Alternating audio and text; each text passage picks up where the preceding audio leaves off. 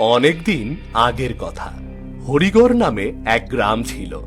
এই গ্রামের সবচেয়ে পুরনো যে জিনিসটি ছিল তা হলো এই পুরনো জমিদার বাড়ি। আর তার চেয়ে পুরনো ছিল এই জমিদার বাড়ির বৃদ্ধা মালী শম্ভু। বৃদ্ধা মালী প্রায় 200 বছর হলো এই বাড়িতেই আছে। বৃদ্ধা মালীর এমন বয়স দেখে গ্রামের কেউ ভয়ে ওই জমিদার বাড়িতে আসে না। সবাই ভাবে বুড়ি কোনো মানুষ না। একদিন শহর থেকে সুবেন নামে এক লেখক এই গ্রামে আসে। এই জমিদার বাড়ির সকল বিষয় নিয়ে একটি উপন্যাস লিখবে বলে। তাই সে প্রথমে গ্রামে এসে গ্রামের মানুষদের কাছে থেকে জমিদার বাড়ির ব্যাপারে জিজ্ঞেস করতে থাকে। এই যে শুনছেন? কি হয়েছে, আমাকে ডাকছেন? হ্যাঁ, বলছি কি, এখানে পুরনো জমিদার বাড়িটা কোন দিকে? কেন, জমিদার বাড়ি দিয়ে কি করবেন? আসলে আমি একজন লেখক, শহর থেকে এসেছি এই গ্রামের জমিদার হরগোবিন্দর জীবন সম্পর্কে একটা উপন্যাস লেখার জন্য। দক্ষিণ দিকে গেলে জমিদার বাড়ি পেয়ে যাবেন, কিন্তু আপনাকে একটা কথা বলি, ওই জমিদার বাড়িতে শম্ভু মালী নামে এক বুড়ি থাকে। আমরা জন্মের পর থেকে অমনি দেখছি, তাই এই গ্রামের কেউ ওই বাড়িতে যাওয়ার সাহস করে না। আমার মনে হয় আপনার সেখানে যাওয়া ঠিক হবে না। দেখুন, আমি একজন লেখক, আর লেখকদের মনে ভয় থাকে না। আমাদের মতো লেখকদের কাজই হচ্ছে লুকোনো ঘটনাগুলোকে সবার সামনে তুলে ধরা। এ নিয়ে আপনাকে চিন্তা করতে হবে না। আপনার যা ভালো লাগে তাই করুন। এবার সোজা দক্ষিণ দিকে চলে যান, সামনে কাউকে পেলে জিজ্ঞেস করবেন, সেই আপনাকে জমিদার বাড়ি দেখিয়ে দেবে।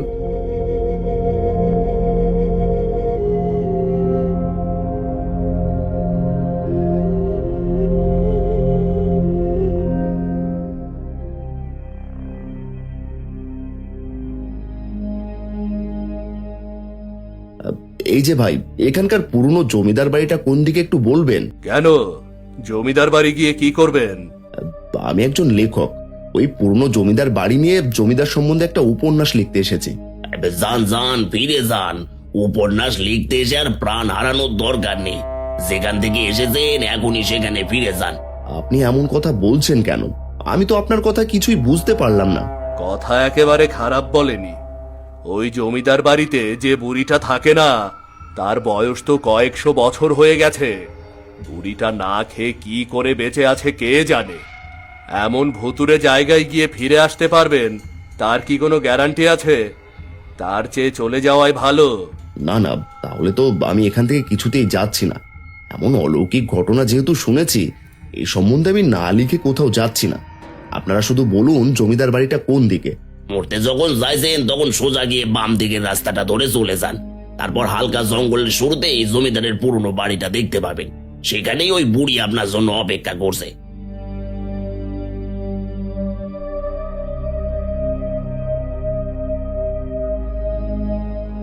বুঝলে দাদা, একালে কাউকে ভালো উপদেশ দিতে নেই।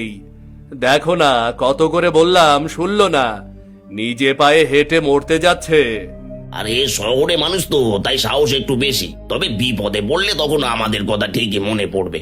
হ্যাঁ, তুমি ঠিকই বলেছ। বিপদে পড়লে তবেই আমাদের কথা মনে পড়বে। অবশেষে লেখক জমিদার বাড়ির গেটের সামনে এসে দাঁড়ায়। জমিদার বাড়িটা দেখেই বোঝা যাচ্ছিল কত বছর হলো বাড়িটা পরিত্যক্ত হয়ে আছে। মনে হচ্ছে এ যেন এক ভুতুরে মহল। হঠাৎ কোথা থেকে যেন শম্ভু মালী গেটের সামনে এসে হাজির। কে কে তুমি? এখানে এসেছো কেন? আমি একজন লেখক, আমি শহর থেকে এসেছি এখানকার জমিদারের জীবন সম্পর্কে একটা বই লেখার জন্য। সবাই এখানে আসতে ভয় পায়, তুমি ভয় পাওনি? কি যে বলেন, লেখকরা কখনো ভয় করে না। লেখকরা সত্য তুলে ধরতে কখনো পিছ পা হয় না। তার মানে তুমি জমিদার খুনের সত্য ঘটনা লিখতে চাও? হ্যাঁ, শুধু তাই নয়, আমি জমিদারের পুরো জীবনী আমার বইয়ের পাতায় লিখতে চাই। আপনি কি আমাকে সাহায্য করবেন? হ্যাঁ, আমি তো সেই সত্য সবার সামনে তুলে ধরার জন্যই বেঁচে আছি।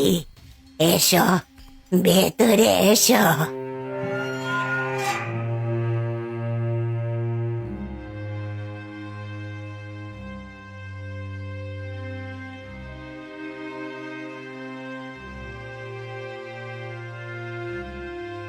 আজ থেকে তুমি এইখানেই থাকবে। যখন মন চাইবে বাইরে যাবে, আবার যখন মন চাইবে ভেতরে আসবে। গ্রামের সবাই আমাকে ভয় পেলেও তুমি ভয় পেও না। আর খবরদার, উপরের ওই তালাবদ্ধ ঘরটাতে ভুলেও কখনো যাবে না কিন্তু। ঠিক আছে, যাব না। এবার আপনি যান, আমি অনেক ক্লান্ত, আমাকে একটু বিশ্রাম করতে হবে। ঠিক আছে, এইবার বিশ্রাম করো।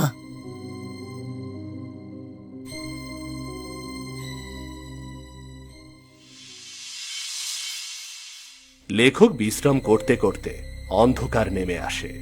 মহলের মশালগুলো আপনা আপনি চলে ওঠে। হঠাৎ লেখকের ঘুম ভেঙে যায়। তখন সেখানে শম্ভু মালী এসে দাঁড়ায়। কি কবি, বিশ্রাম নেওয়া হয়েছে? এবার লেখা শুরু করো। বিশ্রাম কিছুটা হয়েছে, কিন্তু এখন তো অনেক রাত। ভাবছি এখন আর কিছুই লিখবো না, কাল থেকে জমিদার ব্যাপারে লেখা শুরু করব। ঠিক আছে, কিন্তু খুব তাড়াতাড়ি কাজ শেষ করবে। সে আর বলতে, এমন ভুতুড়ে মহলে কেই বা বেশি দিন থাকতে চাইবে। আমার লেখা শেষ হলেই আমি চলে যাব।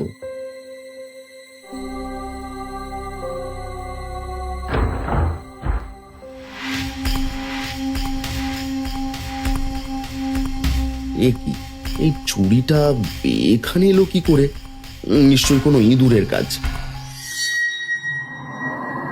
বাহ, এই চুড়িটা রূপোর হলেও এর কারুকার্য যে কাউকে মুগ্ধ করবে।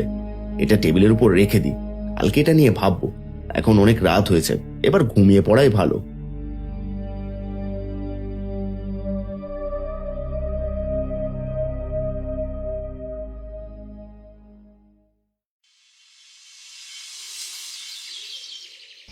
সকাল হলে লেখক শম্ভুমালীর কাছ থেকে জমিদারের ব্যাপারে শুনে লিখতে থাকে। এভাবে কয়েকদিন কেটে যায়। শেষের দিন রাতে লেখক জমিদারের শেষ ঘটনা মালির কাছ থেকে শুনছিল।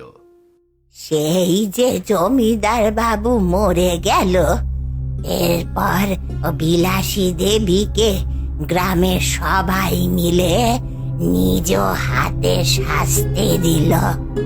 তারপর থেকেই মহলটা একেবারে ফাঁকা হয়ে গেছে। এই মহলটা একা থাকতে চায় না বলে আমি এখনো বেঁচে আছি।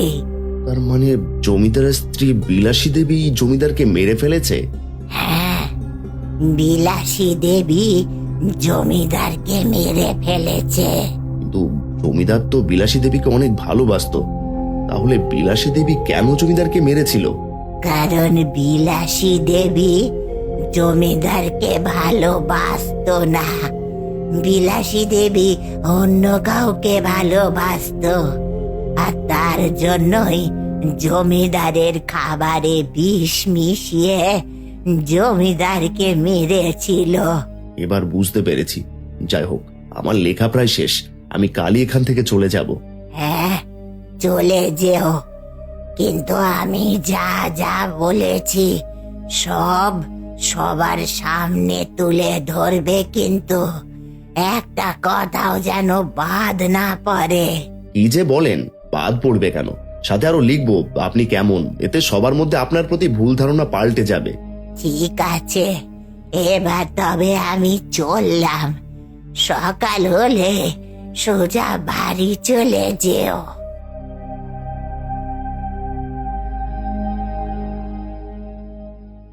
সেই রাতটা ছিল একদম আলাদা। লেখক ভেবেছিল হয়তো তার লেখা শেষ, সে জমিদারের ব্যাপারে সব সত্য লিখে ফেলেছে। তখনই শুরু হয় গল্পের নতুন অধ্যায়। হঠাৎ টেবিলের ওপরে রাখা চুড়িটা কাঁপতে থাকে। এ কি, চুড়িটা এমন কাঁপছে কেন? হঠাৎ করে চুড়িটা নিজে নিজে গড়িয়ে ঘর থেকে বের হয়ে যায়। লেখক ভয় না পেয়ে চুড়িটার পিছু নিতে শুরু করে। যেতে যেতে চুড়িটা সেই শম্ভুমালীর নিষেধ করা তালাবদ্ধ কক্ষের ভেতরে ঢুকে পড়ে। এ কি, চুরিটা নিজে নিজেই কক্ষের ভিতর চলে গেল কেন?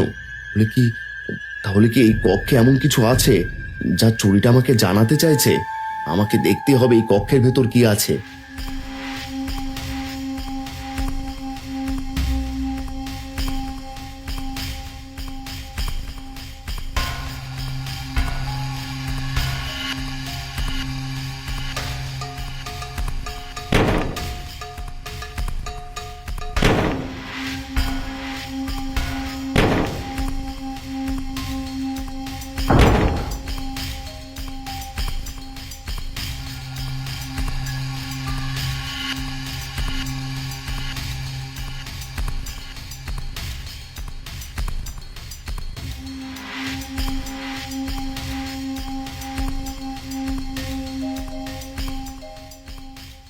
এটা কার কক্ষ? দেখে তো মনে হচ্ছে এটা জমিদারের স্ত্রী বিলাসীর কক্ষ। আর দেওয়ালের লেখাগুলো রক্ত দিয়ে কে লিখেছে? আমি নির্দোষ, আমি খুন করিনি। না, আমাকে নতুন করে জানতে হবে জমিদারের আসল খুনিকে।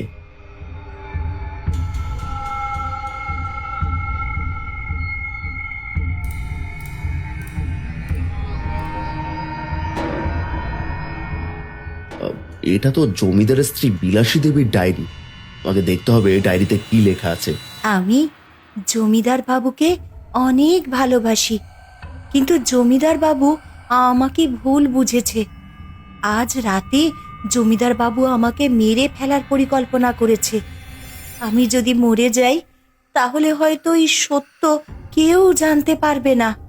তাই আমি ডায়েরিতে লিখে গেলাম, বিলাসী দেবী।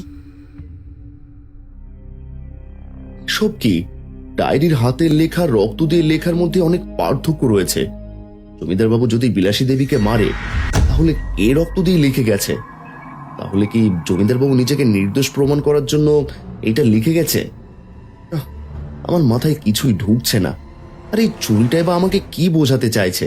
কি ডায়েরিটা খুঁজে পেয়েছো? হ্যাঁ, পেয়েছি। কিন্তু আপনি ডায়েরির ব্যাপারে কি জানেন?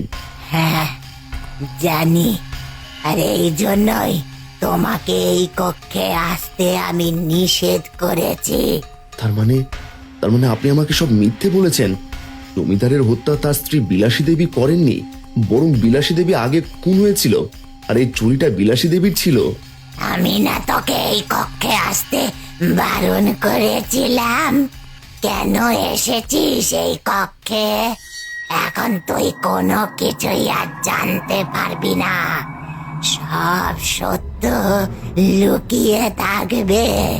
তার মানে এই ডায়েরিটাও মিথ্যে? হ্যাঁ হ্যাঁ, এটাও মিথ্যা। তুই এই মহলের সত্য কখনোই জানতে পারবি না, কখনো জানতে পারবি না। আমি কখনো কাউকে সত্য জানতে দেব না, দেব না। না, আমি সত্য জানতে এসেছি, আর সত্য উদ্ঘাটন করেই ছাড়বো।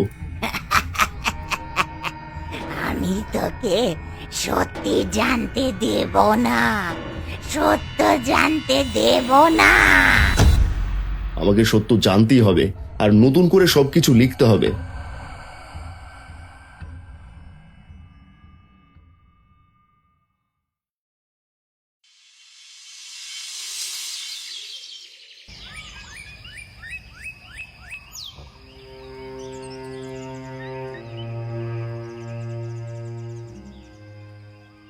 দেখো দেখো, ওই যে কবি আসছে। আমি বুঝতেই পারি না ওই ভুতুরে বাড়িতে সে কি করে থাকে। এখন তো আমার কবিকে দেখেই ভয় লাগে, না জানি এ আবার কোনো ভূত টুত নয় তো।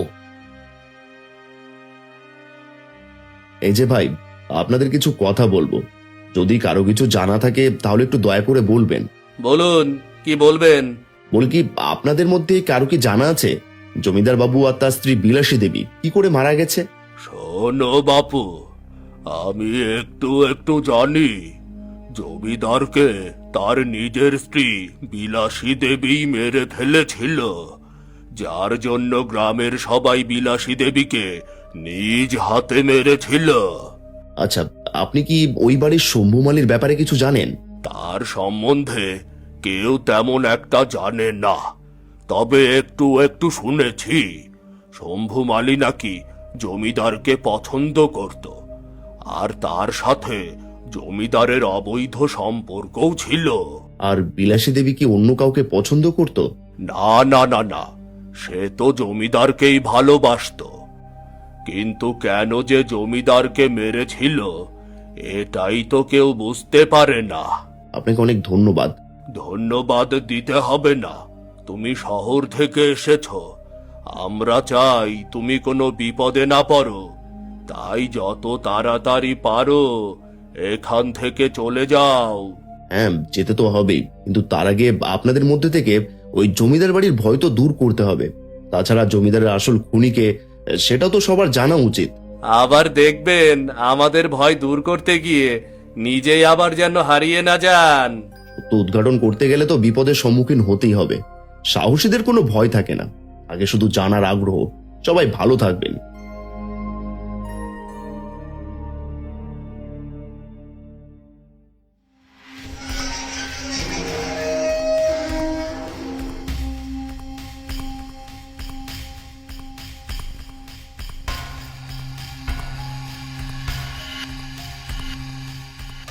বিলাসী দেবী যদি জমিদারকে ভালোবাসতো তাহলে সে কি করে জমিদারকে মারবে?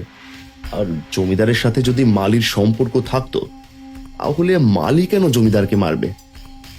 না, এই প্রশ্নগুলো বারবার গুলিয়ে যাচ্ছে, সন্দেহের তীর কারোর উপর পড়তে দিচ্ছে না। শেষমেশ বিলাসী দেবীর উপর গিয়েই পড়ছে। কিন্তু আমার মন বলছে বিলাসী দেবী নির্দোষ ছিলেন। আজ রাতেই আমি এর আসল সত্য বের করব।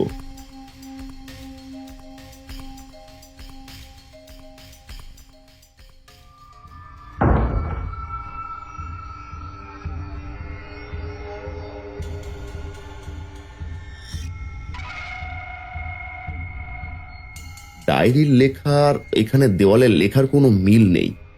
হলে ডায়েরির লেখা মিথ্যে হলে দেওয়ালের লেখা সত্য। তার মানে এই রক্তের লেখা বিলাসী দেবীর।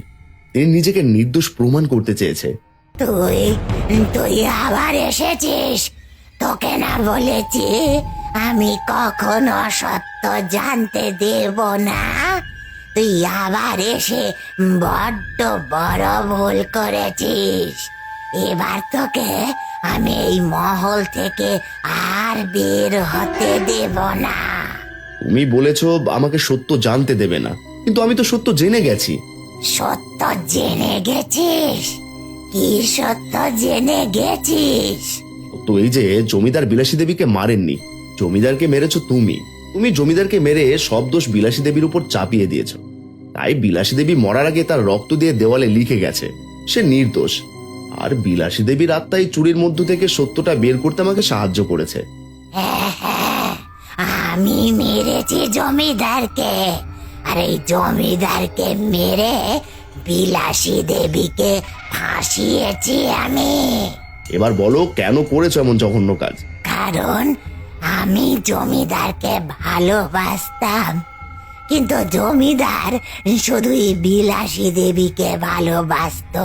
আমি বুঝতে পেরেছিলাম জমিদারকে আমি কোনো দিনও পাবো না, তাই যে আমার হবে না আমি তাকে কারোর হতে দেব না। এই ভেবে জমিদারকে খাবারে আমি বিষ মিশিয়ে দিয়েছিলাম, আর দোষ দিয়েছিলাম বিলাসী দেবীর উপরে। ছি, তুমি এত জঘন্য কি করে এমন কাজ করেছো? এই জঘন্য কাজ করার জন্য হয়তো তুমি অভিশপ্ত হয়ে আছো।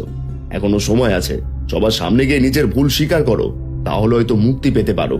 হ্যাঁ, তুই ঠিকই বলেছিস।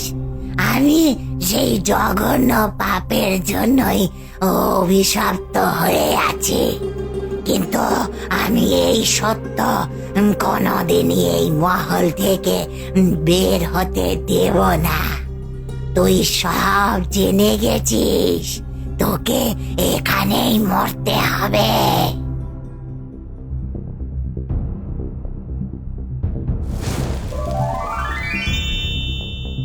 পালিয়ে যাও, এখান থেকে দ্রুত পালিয়ে যাও।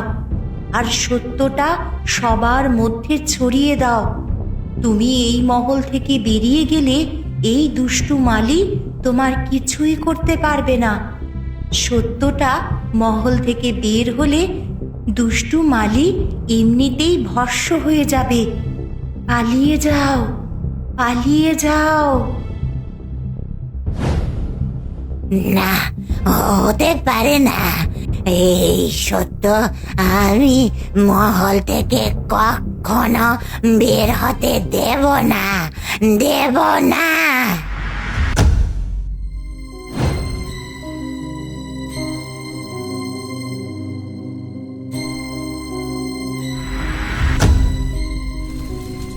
না, না,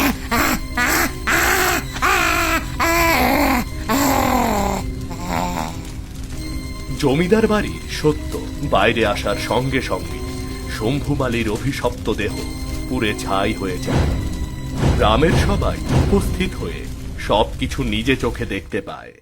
পরের দিন সকাল হলে গ্রামের সবাই কবিকে সম্মান জানিয়ে গ্রাম থেকে বিদায় দেয়। এরপর থেকে জমিদার বাড়ি আর কোনো ভুতুরে বাড়ি থাকে না, থাকে ইতিহাসের এক নীরব সাক্ষী হয়ে।